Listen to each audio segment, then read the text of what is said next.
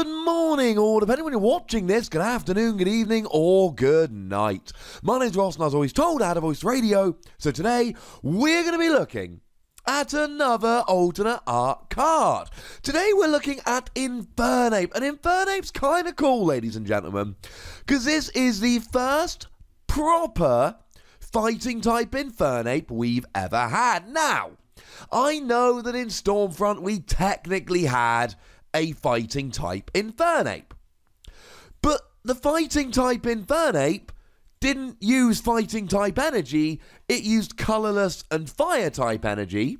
So to be perfectly honest with you, ladies and gentlemen, I'm not counting it. It is a reprint of the Sun and Moon 5 Infernape, the fire one, but with the added bonus that it is a fighting type. So the question is, as we've looked at in these videos over the last couple of days, could this be better as a fighting Pokemon than a fire Pokemon? And I think, just like when we looked at a Abomasnow, I think the answer might be yes.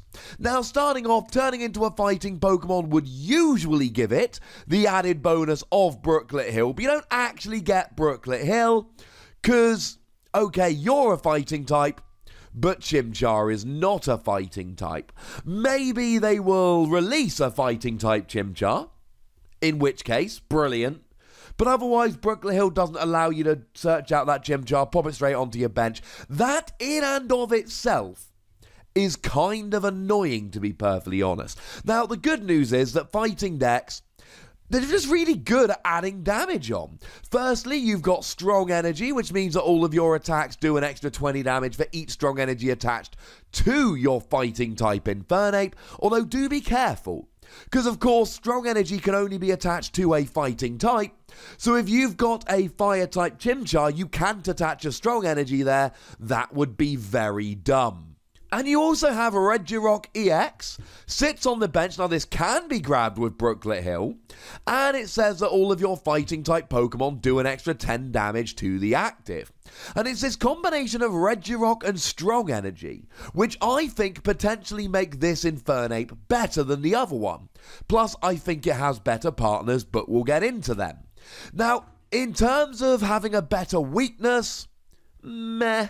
You are weak to Psychic, but as I keep saying, Garbodor just isn't a huge problem at the moment. I think Naganadel could well be, but as it stands at the moment, not a terrible weakness to have. Whereas if you still had the water weakness with the fire one, you would be weak to the new Empoleon, and I think the new Empoleon is going to be amazing. Maybe it's just me, but I don't think it is just me. It's gonna be sick. Now, you aren't a fire type anymore, which sucks, which means you're losing all of the fire tricks. Now, you're not losing a huge amount. You're losing Scorched Earth, which is kind of annoying. Oh, no, wait. You're totally not losing Scorched Earth, because Scorched Earth allows you to discard a fire or fighting energy from your hand and draw 2 cards. I suppose that if you're playing a fighting deck, you'll be playing strong energy, which means you'll be playing fewer basics, which means you'll probably use Scorched Earth a little bit less. But I think it's kind of funky that Infernape now has both the typings used for Scorched Earth. You are, however, losing Kiawe, and you're losing Volcanion.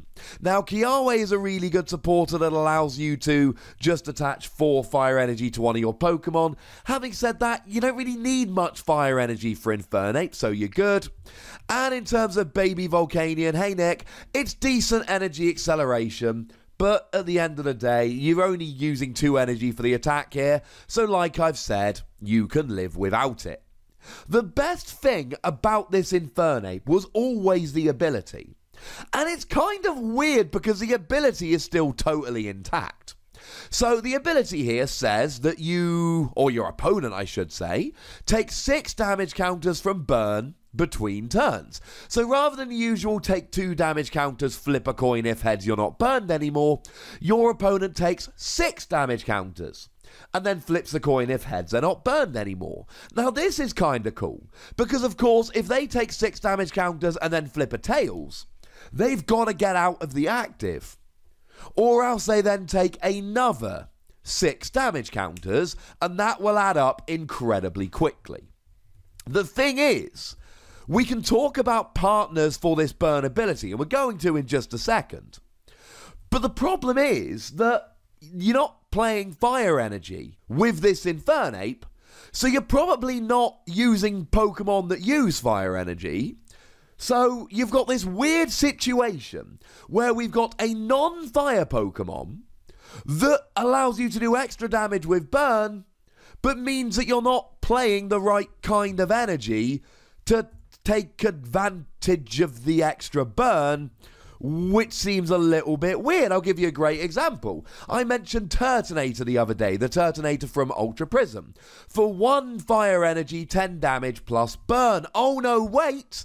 You're not playing fire energy, so that's just not gonna work. And that's a bit of a problem. Now, the good news is you can still use the Salazzle from Guardians Rising, which has got a nice ability that when you evolve into it, your opponent's active is burned and poisoned. That in and of itself is pretty cool. But then, of course, you run into the awkward situation where, well, you're using a stage 1 just to activate burn so that your stage 2 can do more with the ability. It doesn't do all of that much. However, the good news is you still have Infernape, and Infernape's attack will burn. Speaking of which, Infernape's attack.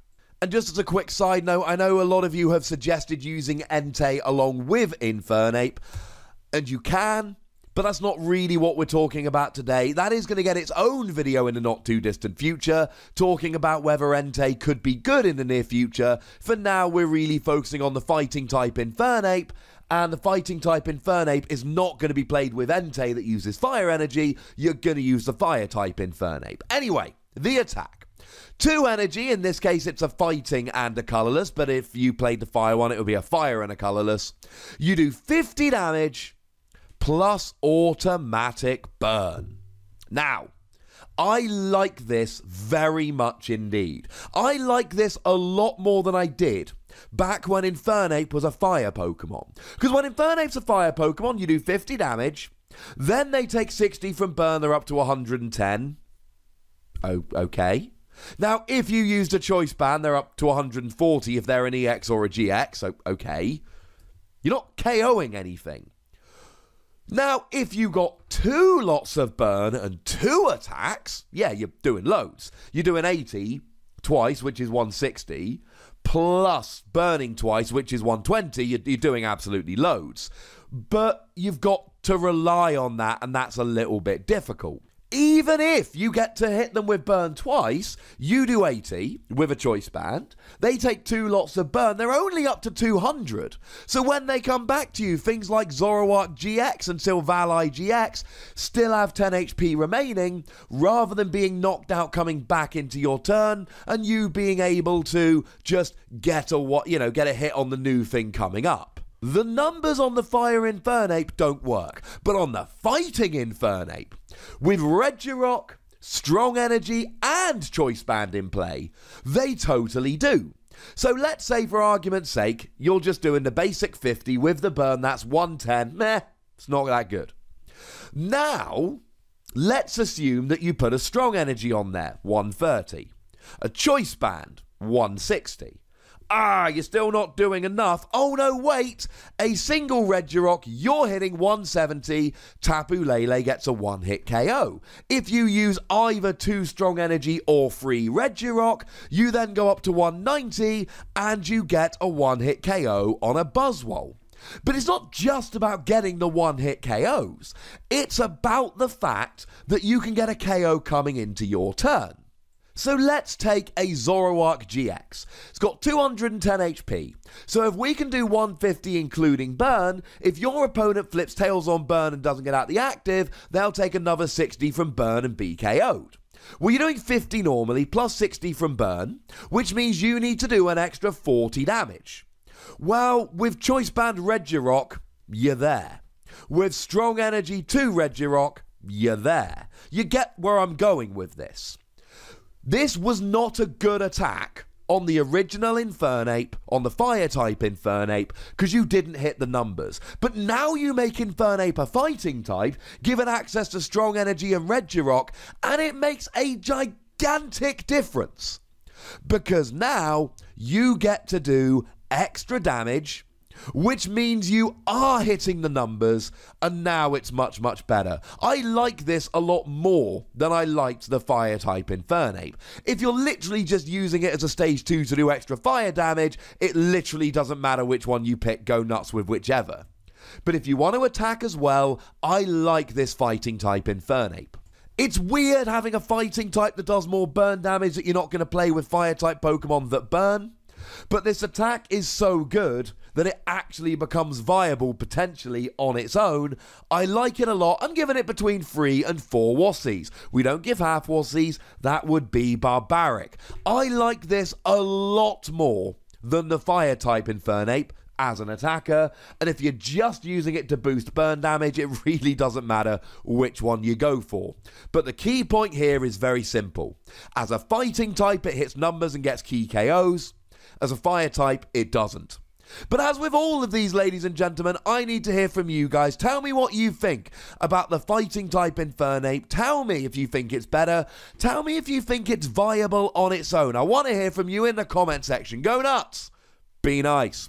Make sure you like this video, subscribe to this channel, follow me on Twitter at The Wassie, and Twitch for some live action at twitch.tv/PTCGRadio. If you want to support the channel, get some bonus podcasts and so on, you can do so by going to patreon.com/PTCGRadio. And a plea from me at the end of the video, ladies and gentlemen, please go check out Wassie Plays. It's my video game channel. I relaunched it yesterday. There's going to be more videos coming up in the near future. Please check that out. Please go and subscribe there, because the more people that support that, the more likely it is that I can do this full time and do more and better videos. I'll pop a link in the description, or you can just search on YouTube for Wassie Plays. But by far the most important thing, as always, is to look after yourselves until next time. Thank you very much for watching. My name's Ross, and you've been watching PTCG Radio.